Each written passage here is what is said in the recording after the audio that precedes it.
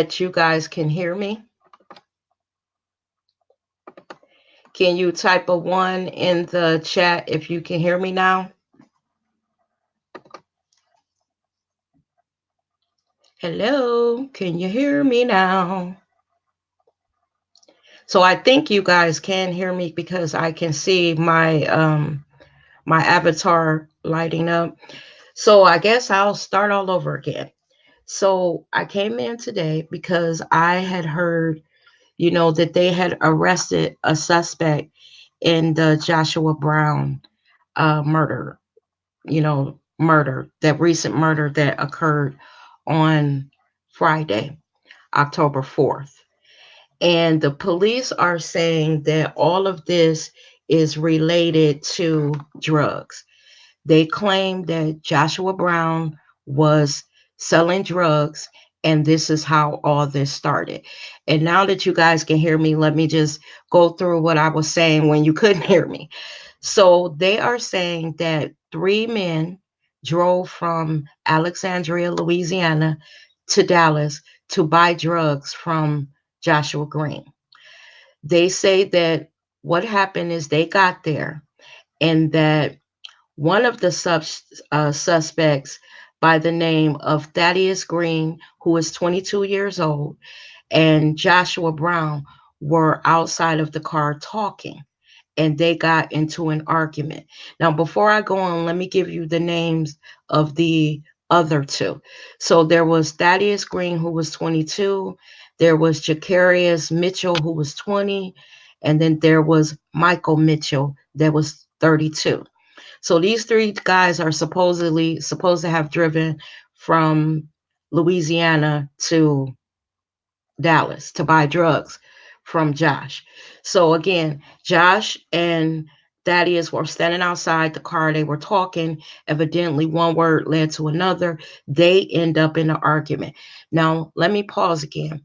This story that I'm telling is the story of the people that were buying the drugs from him, allegedly. Because y'all, I don't know.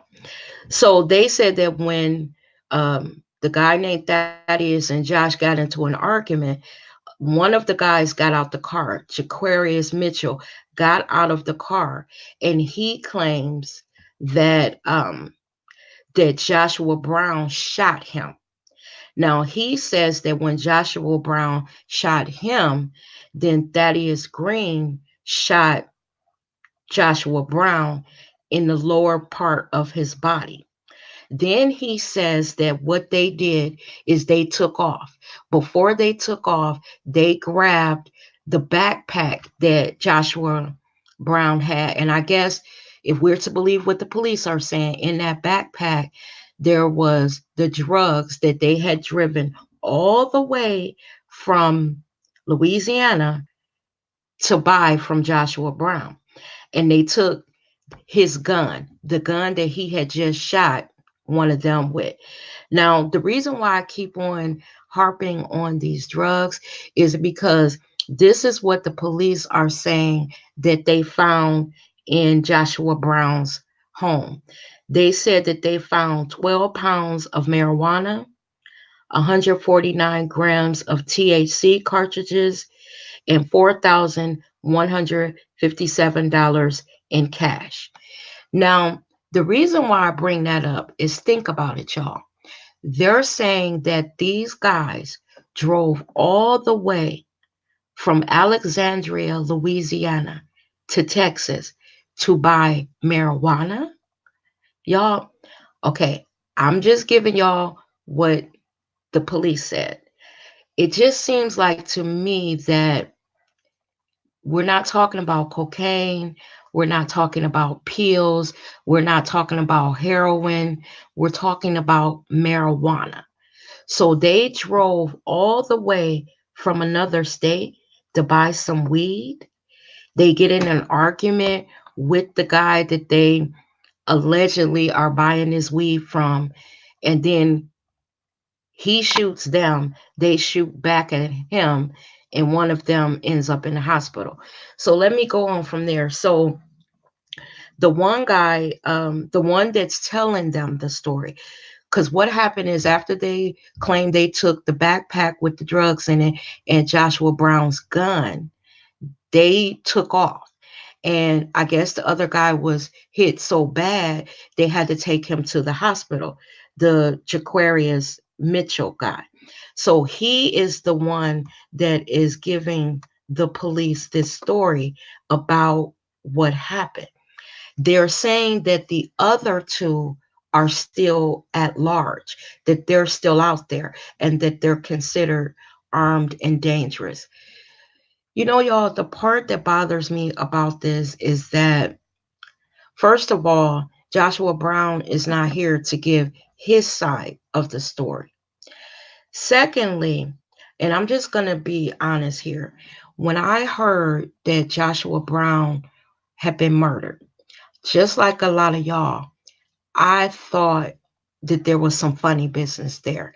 And I honestly thought that it had something to do with either the police, or like my son and my brother believed that it was one of those like white militia groups, or those hate groups that don't like black people. They actually thought it was, from that element. But after I what I heard today, I don't know what to believe. And here's why I'm saying that, y'all. Because if we are to believe this story that's coming out today, here's what was going on with Joshua Brown during the the trial. So think about it. During the day, if we are to believe what the police are saying, he was going to the courthouse waiting to testify, you know, and during the evening, he would have been, if we are to believe what they're saying, working his second job, which was as a drug dealer. The reason why I kind of it just feels kind of weird to me is because whenever there's a young man like that that's like in his 20s, um uh whenever a young man like that is in his 20s and he's involved with the police, he would kind of, you know, lay low in his, if he was doing illegal activity.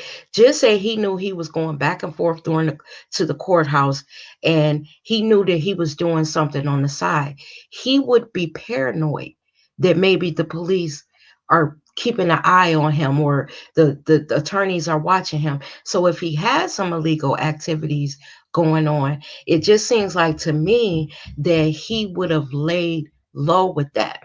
So with this story that they got coming out today, they're saying that, okay, he was, in and out of the courthouse during the day, but in the nighttime, he was selling his drugs allegedly. And I just don't see a young 28-year-old man doing that. He would have been careful or scared to be involved in his illegal stuff when he knew that he had the spotlight of the courthouse, of the police, of lawyers, and all of that right there on him. And another thing that kind of made me a little bit, you know, second guessing what they're saying is that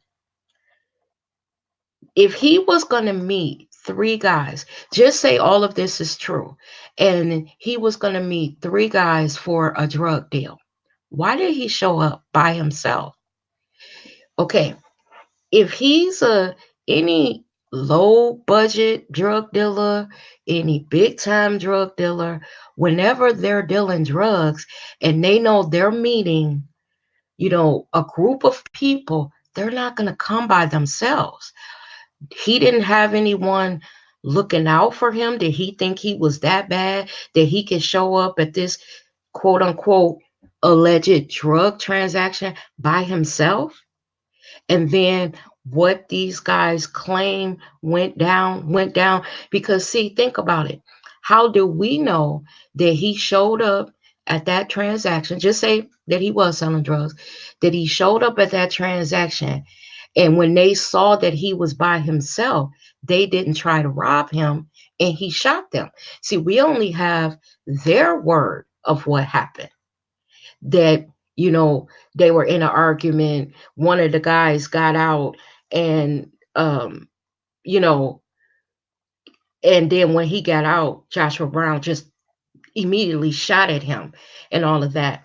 Then, y'all, another thing that I was thinking, okay, when I had heard that Joshua Brown had been in an altercation back last November, y'all know that he was shot last November when he was at this strip club. Evidently, he was at this strip club.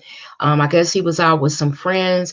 When he came out, a guy was waiting on him by the name of Kendall. I can't think of his last name right now. They get into a fight, and the people, the witnesses said that Joshua Brown was trying to leave, and when he was trying to leave, that the guy shot at him, injuring him in the foot. They shot him in the foot, and the other guy was killed. So this is what I thought had happened. Now they said that that happened back in November, that the guy that shot him was indicted for murder and aggravated assault. And they said that he was indicted in June of 2019, but he posted bond and he got out of jail. So what I was thinking is, well, maybe that guy that shot him at that strip club got out of jail. He'd already taken care of one of the guys that he shot. He killed him. And maybe he was coming after Joshua Brown.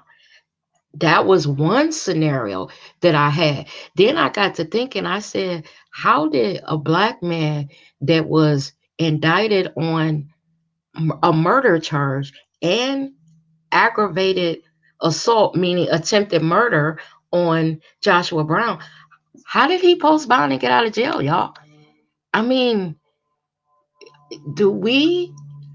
I just, it's so much stuff about this case, the ties to Amber Geiger and all of this, that it keeps me so confused on what to believe, what not to believe, because I went from believing that the police did it, then I thought that the white militia groups did it, then I thought that the guy that shot him from the strip club did it, and then now today we wake up to there are three suspects that drove from Louisiana. What do y'all think? Do Who do you honestly believe did this? Do you think that in some way the police are setting up those three guys? And here's why I ask that. Until I hear from the other two, until I see that there's proof that those guys actually left Louisiana and drove to Texas. Because if you look at and I'm going to put that up, if you look at the apartment complex that Joshua Brown lived in, the Atera. First of all, he lived about 5 miles from the other apartment that he lived in, where Botham John was killed. If you look at this apartment, it would seem that they would have some type of camera, because where he lived at, it appeared to be nice for someone that was his age, young, I thought upwardly mobile young man. Didn't they have cameras and stuff? Like, if these guys, because they said whoever killed him, they were waiting for him and they ambushed him. So where are the cameras?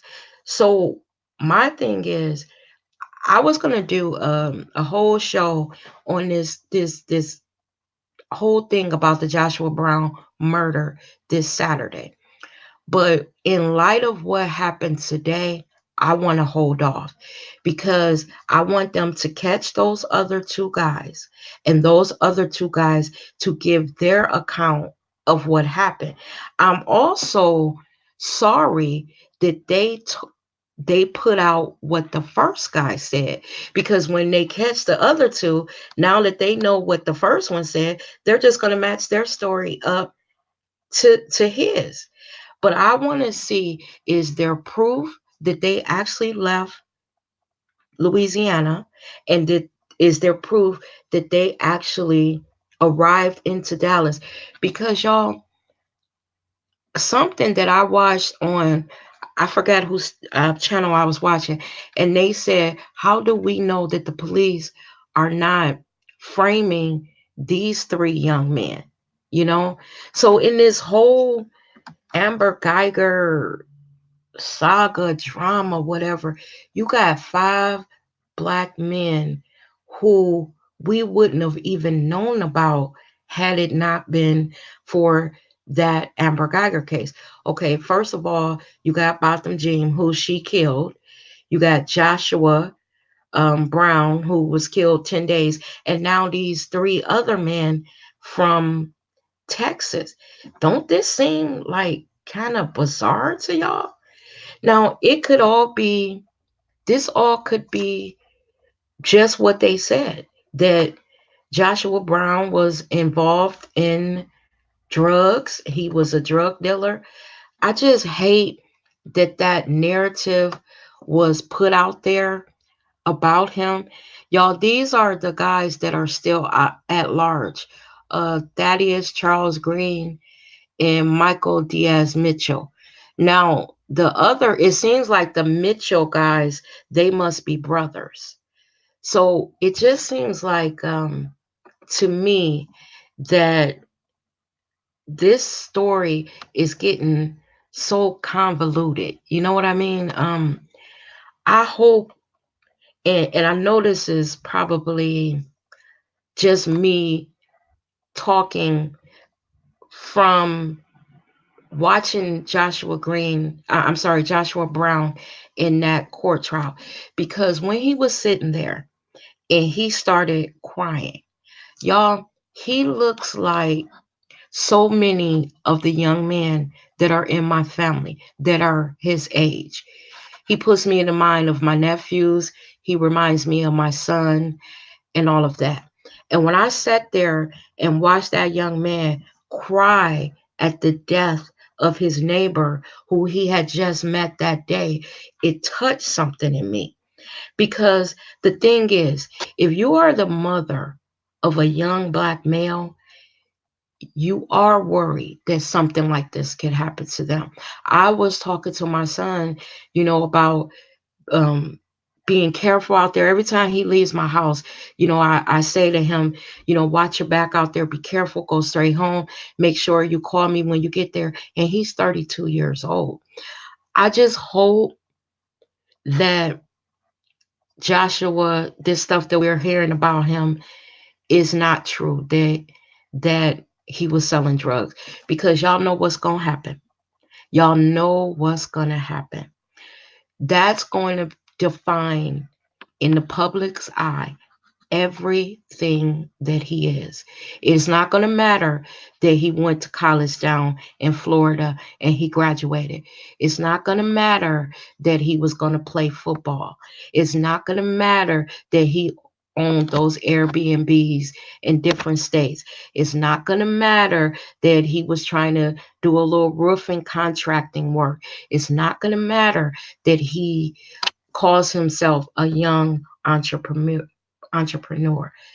None of that is going to mean anything, because once they put out there, and if they confirm that he was selling drugs, basically, you know what they're going to do when this goes to trial. They're pretty much going to say, well, you were in that life, and this is what that lifestyle brings you.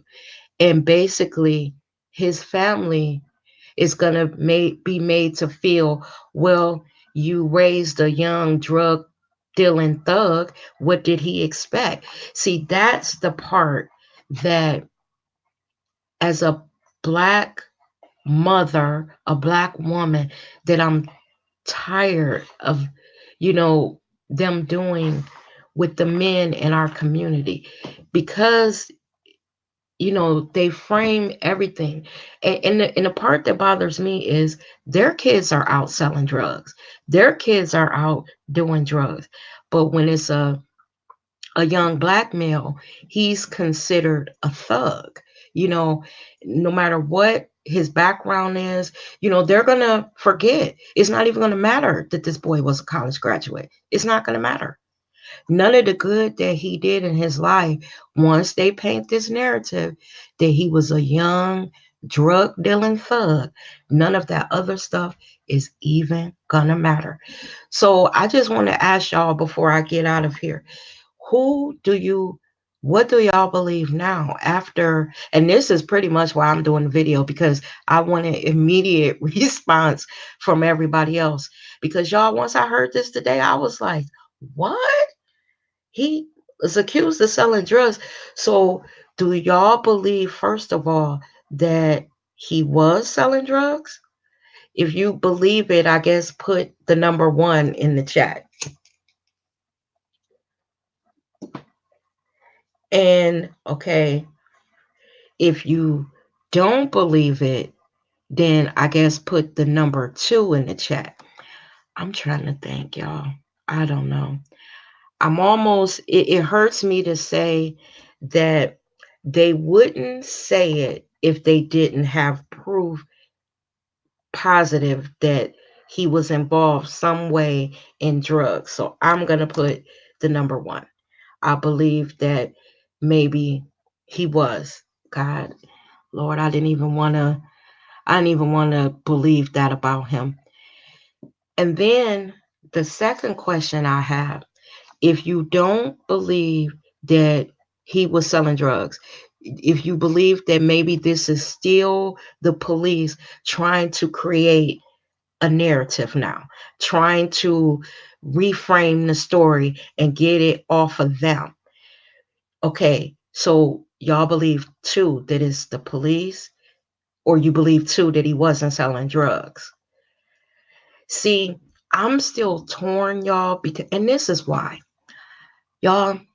I've lived a long time, and some of the stuff that the police do when it comes to us, y'all know it's crooked. I mean, come on, let's keep it real.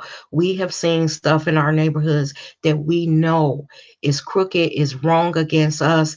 So it's not too far fetched to us. Now, people outside of our community, they don't know the horrors that we see. We know that this is something that the police would do. So, do y'all believe that the police are framing these men? Or, and then, if so, how did the men come to be in Texas if they are from Louisiana? See, I have all these questions. That's why I'm going to hold off on doing a show dedicated to Joshua Brown this Saturday, because until I understand how these men ended up in Texas and what their story is, because I'm not going to believe the police, y'all. I can't believe them.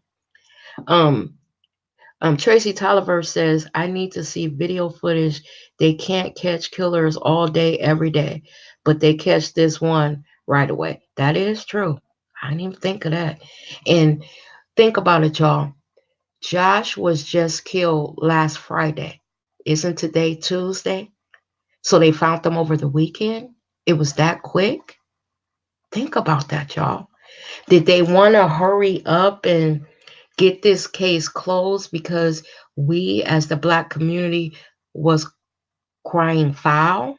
I mean, you know, a lot of times when we raise up, they want to hurry up and find an alternative to the spotlight being on them.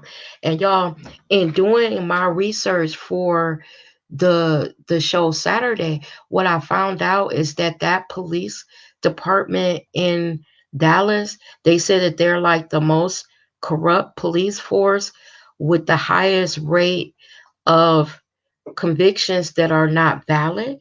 So is that true? I know that Lockhead boss lady, she lives in Dallas, so she would be able to confirm this. I know that I had saw her saying that there that by her living there, that she has certain realities that we who live in other parts of the country that we don't know about. See, y'all, I live in Ohio, and I know our police here, they are something else too. But when a person actually lives in the state, you got to pay attention to what they're saying. Lockheed Boss Lady truly believes that this still has something to do with the police. She is not convinced that these two guys and the one that's in jail actually did this. It said, Love, what is that name? Love Adam Labert says in the trial, they said he had a past with the police. They said that Joshua Brown did, that he had a past with the police. And y'all, let me tell you something. Okay. The unfortunate thing is that a lot of young brothers do, just the fact that they are young black males. Let me give y'all a quick story about my son that at the time I didn't even believe him. My son had worked out in this swanky suburb at this restaurant um, as a second job. And every time he would leave work because he got off at midnight, he would encounter the police and he would get a ticket. I mean, this went on for a period of almost 2 weeks. Literally every night, as soon as he would pull out of his job, they would be parked by the police, by the gas station that was across from his job. And he said that they would start to follow him and pull him over for one reason or another. And then they would write him a ticket for something. So eventually, what happened is my son came over my house and he was like, Mom, would you do me a favor? If I drive my car to you, would you and park my car at your house? Would you drive me to work? And then when I get off at midnight, um, come and get me. And he explained because I'm not doing anything to these police. And he said that every time that they pulled him over, they were becoming increasingly not violent, because that's too strong of a word, but each time was a little worse than the last time. What made him actually finally ask me to come and, take him to work is because what they did is they made him get out of his car, they handcuffed him, and then they made him sit on the curb while they searched his car. Now, because he didn't have anything in it, he was just getting off work. What they did is they threw everything out of the car. He had his little iPad sitting on the front seat. They almost broke that. And the reason why I bring this up is because when they say that, he had a little background with the police, a young black male could encounter the police in a traffic stop and get a misdemeanor, get, different charges can stem from an innocent, traffic stop, which later on appears on their record. And when something like this happens, then they'll say, oh, yeah, he's had encounters with the police. You kind of get what I'm saying? So for our young men, that's not uncommon to have one or two or a few encounters with the police, especially when you have um, a son. I'll give y'all another quick example. It was my daughter's birthday. We weren't home, and my son is 8 years older than my daughter, so he was an adult. He was living away, but what he did is he had come over to bring her birthday gift, and we weren't there. So what he did is he went around to the back of the house and came through the back gate and opened up the screen door and put the gift inside the door. He was with one of my nephews. So evidently what happened is my neighbors saw him do that and they called the police on him. Now, at the time, my son was walking, and he said that they got about a couple blocks later. Next thing he know, the police pulled all up on the sidewalk, jumped all out with guns drawn and all this stuff, told them to get on the ground. And basically, I guess they thought that he had come to rob my house, you know, and he had to explain to them, if you check the address, That's my mom. How would I know the people that live there if I'm coming there to rob them? He was like, look at my birth certificate. That lady who lives there is on my birth certificate. She's my mother. So that's what I'm saying. In our guys, in our young men situation, it could be little stuff that get them in trouble. In that incident when he was with my nephew, when they ran their names, neither one of them had any, like, I guess, felonies, misdemeanors, so they had to let them go. They had them sit there handcuffed while they ran their names and all that. That's the point I'm trying to make. They are going to rake this boy over the coals, y'all. Alicia says absolutely. They plant things on them and write what they want to write in their reports, etc. That's true. Did y'all hear about, it was a police officer, I don't know what state he was in, but he was just recently convicted because on his dashboard camera, I guess, they had seen him multiple times planning, you know, falsify evidence in people's cars. He had made people um, lose their jobs, lose their kids. I believe one guy lost custody of his child. So it's no saying that stuff like this can't happen. I'm just mighty afraid, y'all, that when all of this, is put together and all of that, they're gonna, what he did for good, what Joshua Brown did for good in agreeing to testify in that Amber Geiger case. Ultimately, even if the police didn't have anything to do with it, he was trying to lay low, they claim, because of the stuff that had gone on in his past. But it brought him to you know to the forefront or whatever, and he ended up dead, y'all.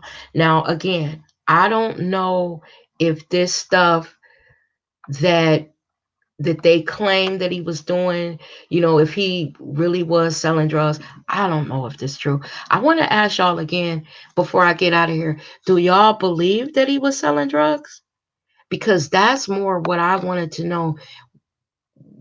Because I don't want to believe it, but do y'all believe that he was selling drugs? Um, Manny Style said exactly, when you tell your story, they interpret it. I refuse to sign my report because of words they wrote down. Oh, when I was arrested for sales.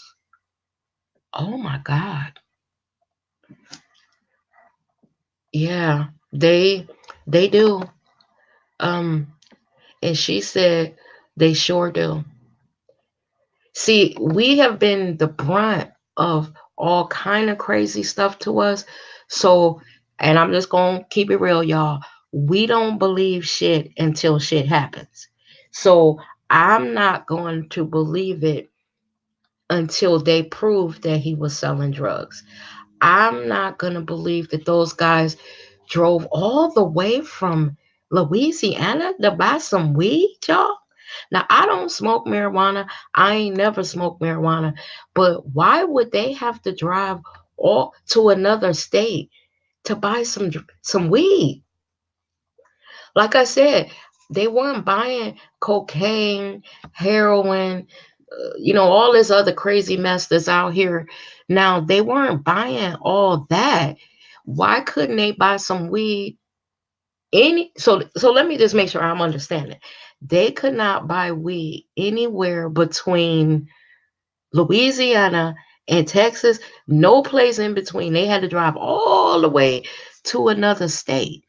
I just can't even fathom these young men driving to another state to buy some weed, y'all. Now, I could see if they were going driving to Texas to buy, just say, cocaine, and they were buying, whatever the large amounts of cocaine there there are, maybe they had to drive to another state. Now, I would more believe that, but not weed, y'all. I just, for some reason, I don't believe that. And then Manny Style said, I believe the other dudes were the ones who were in trouble. They were all set up. Oh, and then Grandma's Lisa Marie said a setup. Shaking my head. Popo did that to Josh. Y'all, I still cannot get that part out of my head. I Now, from what I'm understanding, he was going to testify in the civil case. Josh Brown was. And they claimed that he would have been one of the first witnesses they called in the civil case. So, y'all, it's so much stuff that I found out just researching my show for Saturday. Did y'all know? Because I know I'm all over the place, but did y'all know that her partner, Amber Geiger's partner, the guy that she was cheating with, that he had killed the black guy before, shot him in the head? I was watching, doing a little research, and I was like, you said you live there in Dallas too. Okay, I was doing, and you can tell me if this story that I found about Amber Geiger's partner was true. They said that, I think back in 2013, that he shot a young man in the head, and I saw his mother on there holding up his picture, and they were doing a press conference, and the mother was begging them to take him off the force before he murdered someone else. And she was so crying so bad that, and her eyes were so red that, see, when a mother is, because y'all, this touches me in a way because I have an adult. Okay, she is confirming that. So Amber Geiger's partner, the married guy that she was messing around with, who she called right after she shot Botham John, her partner was had killed a man. Maybe that's why she called him. You know what? When I found that out, I said maybe that's why she called him, so he could tell her what to do in the immediate aftermath. See, this is why I say, y'all, all of this stuff it's like a big old mess, like, and it's all keeps stemming back to her. Oh, you said that happened in 2007. Yeah, I saw the mother, and it was she was with this older white guy with a looked like Colonel Sanders, a white snow white hair and a snow white beard, and he was trying to help her get that officer taken off the force. So he ended up being Amber Geiger's partner. They were driving in the car together. So y'all think about it. That's why she called him. She knew his history, and she knew that he had killed someone. Maybe the reason why because I remember when I did that video and I said, you know how when something really, really bad happens in your life, I mean, really bad, okay, usually you call your parents, like, y'all, it's been stuff. I'm 54 years old. It's been bad stuff that happened in my life, and the first person I want to talk to when that stuff is happening is my parent. But I guess, some people, if they're married, they would call their spouse, because for them, that's who feels like it's their next of kin. But in Amber Geiger's case, the guy she was messing around with was married. So think about it. She just shot somebody, and she calls her married lover. Okay, think about it. How does she know that he would have been able to take her call? Just say he was at home sitting on the couch with his wife. He would have been able to take her call? The reason why I believe that she called him, it didn't have nothing. She was in such a panic because she had killed him, and she knew that her partner, her married lover, had killed somebody. Let me call him because he knows the position I'm in, and he could tell me what to do right now. Y'all, this mess, when I tell y'all that this stuff, first of all, when I heard this boy was dead, it broke my heart for him because, um, oh, you said 2 days after she killed Botham, she was trying to hook up with him. Hershey Mason 100 says that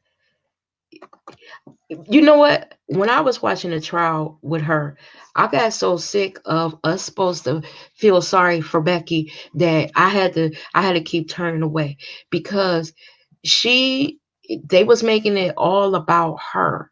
And I'm sitting there thinking, but you're still alive.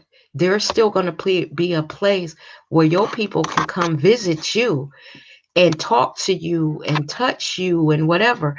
But that young man, Botham Jean, the only place his parents will be able to go if they didn't cremate him is to a cemetery and talk to the ground. I didn't feel sorry for her, y'all. In none of it. The only reason why she was sitting up there crying is because she was worried about, you know, being convicted and how much time she was going to get. That's all. And y'all, not to mention that freaking jury. When I couldn't even, I'm gonna just say this, I couldn't even watch all of it, so y'all might have to tell me what all they said, but because I couldn't watch all of it. When this is all I got, y'all, from what the little bit that I did watch, that they really couldn't give her more than 10 years, that they felt, and that's when I cut it off. I don't know what else they said. Cause I couldn't watch it. You know how some stuff is so ridiculous and you so angry, you say to yourself, Lord, don't let me watch this because I work with white people every day. I don't want to go to work and jack somebody up, black out and jack one of them up and they ain't do nothing to nothing to me. I just was sitting there thinking, so this woman walked into this innocent man's apartment while he's sitting there in some boxer shorts eating ice cream on the couch with his remote, his laptop, and all the little creature comforts that you put around you when you in the house to chill. You know, he got him some ice cream. He put his laptop on the couch. He had his remote by him and all that. And he was in for the evening. She walks into his apartment and blows him away. And we supposed to feel sorry for her because she made a quote unquote mistake.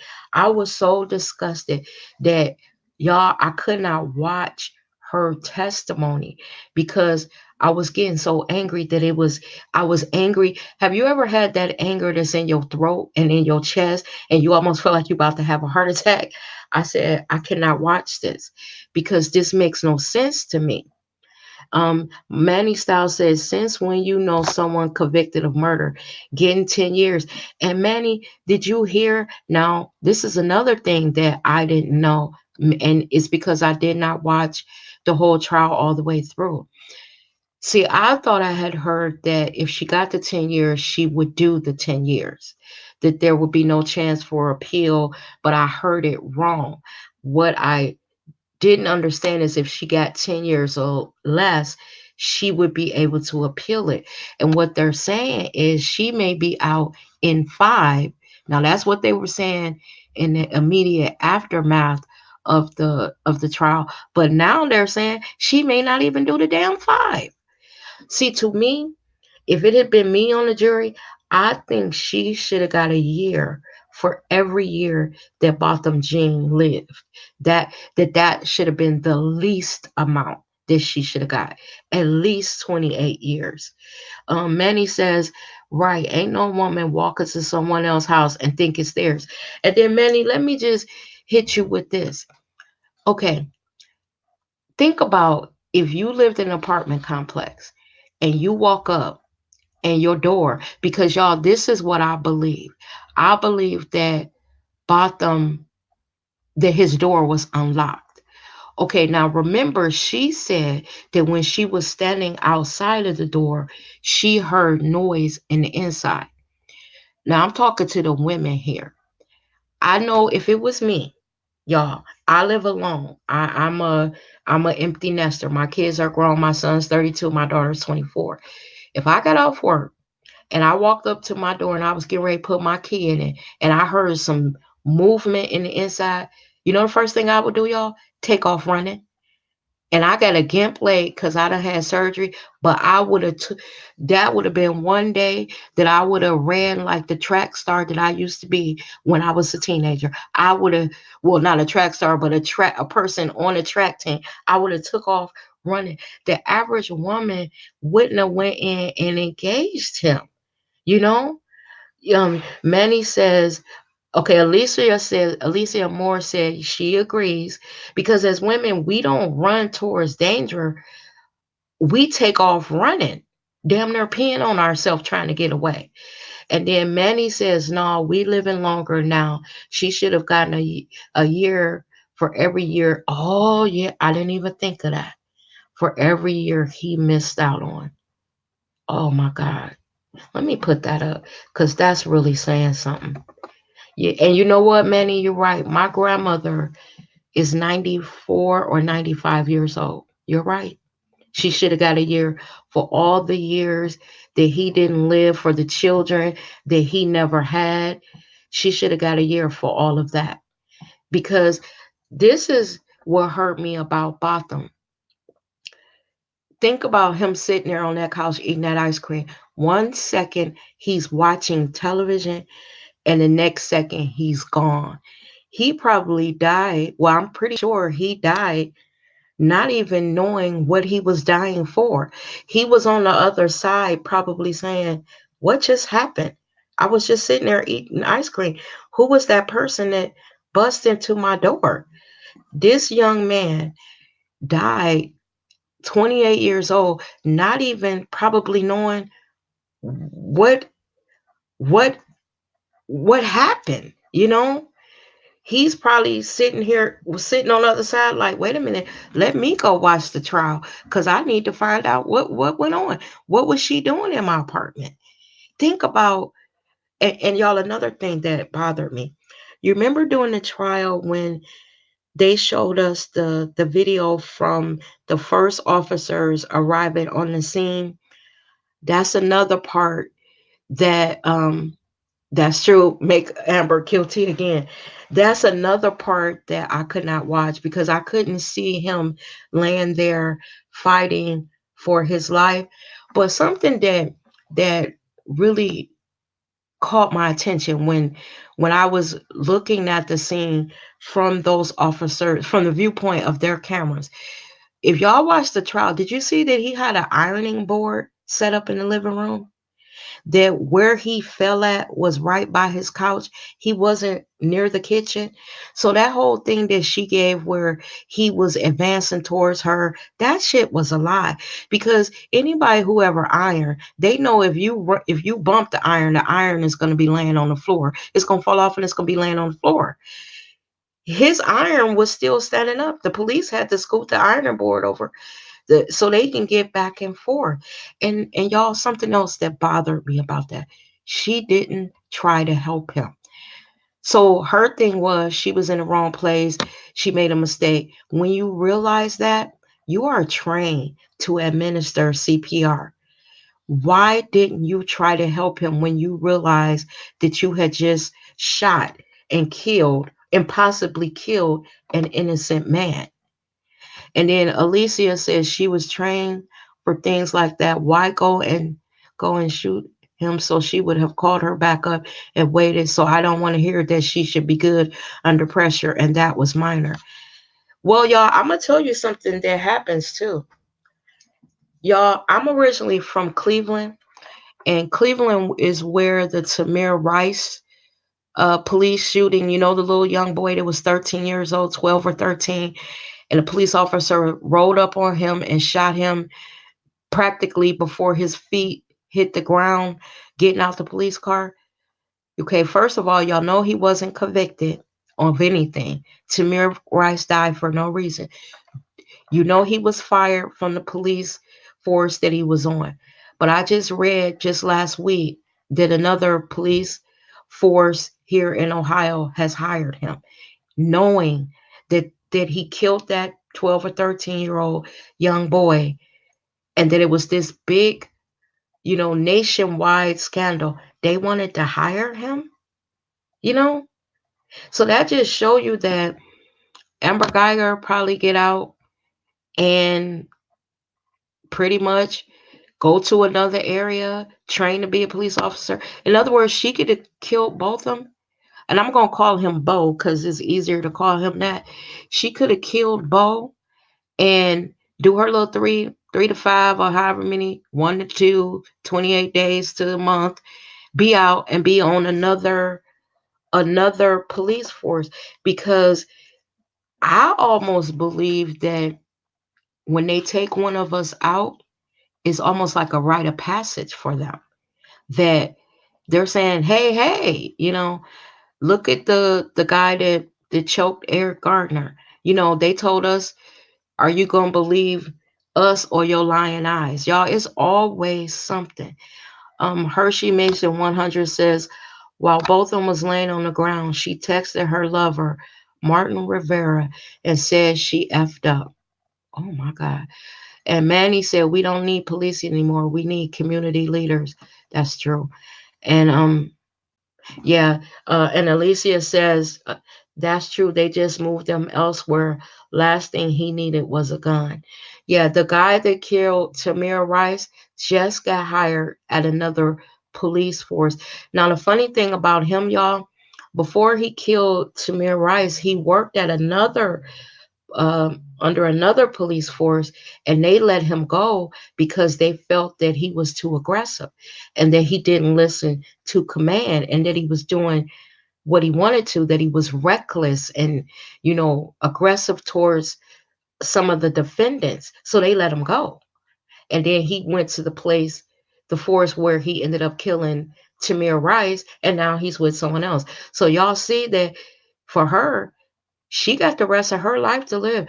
And ain't she only like 31 or 32? Y'all say she do, just say she do 5 years. She'll be out when she's 37. That's still relatively young. She got the rest of her life to get married, have kids, have a full life. Oh, and when I tell y'all a full life, she's not gonna miss not going through raising children, because she gets out when she's, menopausal or something. When you're in your 30s, you could still have babies. Hell, Janet Jackson had a baby at 50. So let's just give her, just say she's 32 now, and let's just say she do 8 years, which y'all know she's not gonna do 8 years, and she get out when she's 40. She can still have a baby and have a full life and live to a ripe old age. But this boy, Bo, is in his grave and don't even know what happened. Y'all, getting back to Joshua Brown, I don't know what I believe. I don't want to believe that this boy was selling drugs, that those streets called him, and it's the streets that took him out. Because I'm with Lockheed Boss Lady. For some reason, and I don't know, I don't have no facts stating that the police are or are not involved, but something about this story just smells fishy, y'all. Like I said, he was just killed on October 4th. Today is just the 8th. So these people were from, well, I guess if the one guy went to the hospital and he told the story in the hospital, that's how they were able to crack this case in 4 days. But y'all, that just seems really, really suspect to me. I mean, it just seems really suspect. And another thing, have y'all thought about this? Why did the guy tell the truth? Why? Okay, think about thugs. Now let's just put your head, your thug thinking cap on. You in the hospital and you been shot. Why didn't the thug just say, if they claim the thug took Joshua Brown's gun, think about what the thug said. He took the gun. Why, when the thug went to the hospital, didn't he say he was outside and he got shot? He don't know who shot him. Why did he tell the whole story? Why did he? Because see, if I was the thug, the drug buying thug, and I took the other guy's gun, and you don't want to be implicated in a murder because the other guy is dead, why did he just say, I don't know who shot me? I was outside. I don't know until everything clear. Why didn't he just lie? So we got the most honest thug um in America that get shot, go to the hospital, and tell everything right there in 5 minutes. So y'all saying, right, why would he tell? Because think about it, they claim that they took Joshua Brown's gun. So remember, there was no gun there. They could have took the gun and disposed of it, took it back to Louisiana somewhere and disposed of it. The guy that ended up in the hospital shot, he could just say he was visiting Texas, visiting some friends. They were on their way leaving. He could have made up a story and say, all I know is I went somewhere and I got shot. I don't know who shot me. Why did he go to the hospital and tell the truth? See, it's so many different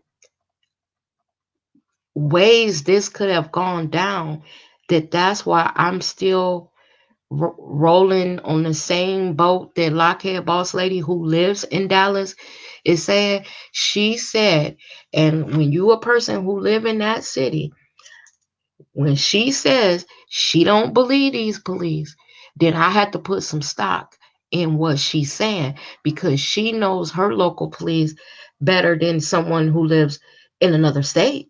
She knows what she's watched on the news and how they move and how they operate and how they treat black people and how they've lied and how they covered up stuff. See, that's what Manny just said. They got to cover the lies and testifying they've been doing. See, that's what I'm thinking. Well, y'all, that's all I had to say. I wanted to take the temperature out there and see what everybody was thinking when they heard this story that Josh was selling drugs. I like like I said, I really I don't know, y'all. Even every time I say that, like every time I even think it, I get this funny feeling. Like, really? Is that really what happened? And then what is his family saying? What is his friends saying? Now they got to get to interviewing his friends. You know, everybody around him to find out if that's true. Are they really gonna find other people that's saying that yes, this is what Josh was doing? I don't. This is going to get big, y'all. This is going to get big. I still might do the show Saturday with my son because a lot of times when you talk to the men in your life, they have, like, as women, we think emotional, we're mothers, we're sisters, we're that. But sometimes when I talk to like my son or my brothers, they see things a little different. So I want to talk to my son and tell him, because I'm pretty sure he's heard it by now, that they said that he was selling drugs, and I want to see what my son thinks of this because like I said, sometimes men can look at things a little different than us, and they get a different feeling. I want to see what y'all saying. You said Amber is from Arlington, where I'm from, and went to the same high school. Oh my goodness, as me, Sam Houston High. And Alicia says I'm with her. I don't believe them either. And Manny says I agree with y'all. It's very suspicious, and the truth will be covered up and the victim will be demonized. Manny, that is what I'm afraid of. I'm afraid that in a rush to hurry up and solve this case, shut us black people up from saying that it's the police, that they're going to hurry up and discard some evidence that may have pointed in another direction away from them and just hurry up and get a conviction on someone.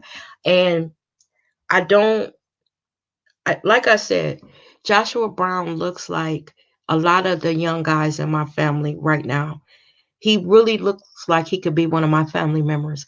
So when you see your family in them, when I heard that he was gone, that he had got murdered, y'all, it took my breath away. Like it was almost like one of my family members had died. I guess, y'all, in a sense, we are all family one way or another. We could show up someplace and it be just a few black people and we'll find each other and be calling each other sister and hey bruh and all that because we feel a certain kinship for us. And also, we also know that in a lot of instances, and they hate when we say this, but it's our reality. In a lot of instances, the world is against us. We are always 10 steps behind. We got to prove ourselves. We got to make them believe that we're not bad because we come in with all this preconceived stuff about us. So when I had heard that this happened to this boy, and when I heard what happened today, I was thinking, here we go. Here we go.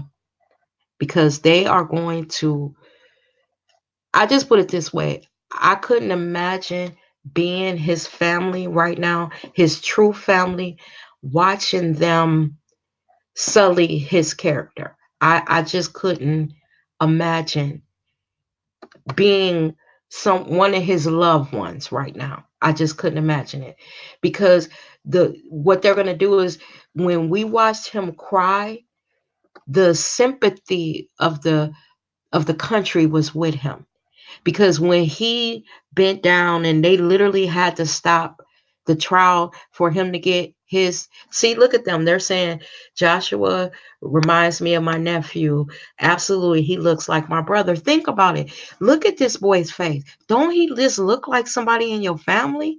He looks like a cross between my son, my nephews, my brothers. He looks like somebody in my family. So that's why, like, I still want to give him a chance. I'm not gonna convict him, y'all, because look, in the eyes of the world, soon as they heard drugs, it was over. Like I said, they don't roll the script, and now it's about to play out. Y'all, I think I'm still might do the thing Saturday because I'd like to get some opinions. I would love if some men would show up and tell us like what they feel when stuff like this happens. Like, you know how as women we're always the ones that are chattering about what's going on. Our voices are a little louder than our men's voices.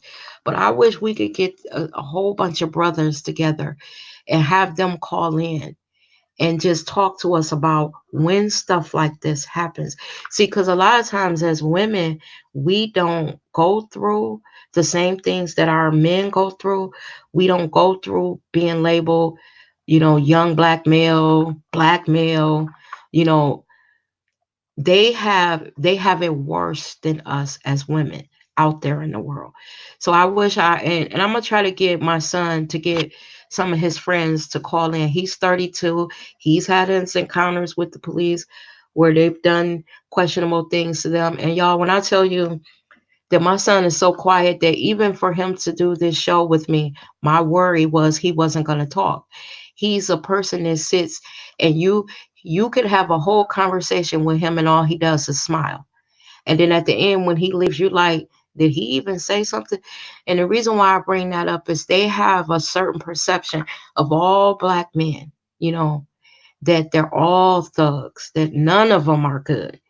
And it would be nice if we could have some brothers call in and just, speak on how they feel when stuff like this happens. Because it always makes me wonder how they feel, you know? And with that, y'all, I'm going to get out of here. I thank y'all for just being here with me. I just wanted to know what everybody thought. I felt like going out to y'all, my family, and going out to my larger family and seeing and plus y'all all over the country. So I'm here in Ohio. A couple of y'all said y'all were in the Texas area, and I'm pretty sure that some of you are in other states. So I just wanted to know what black folk across the country felt when they heard this. So y'all look for us Saturday. I guess we'll still do the show about them. By then we may have found out a little bit more, and that show will be a live call-in show where you guys can call in and speak to me or speak to my son. And you guys have a great day. Stay safe out there, y'all. Who Lord, who Lord. You take care now. Bye bye.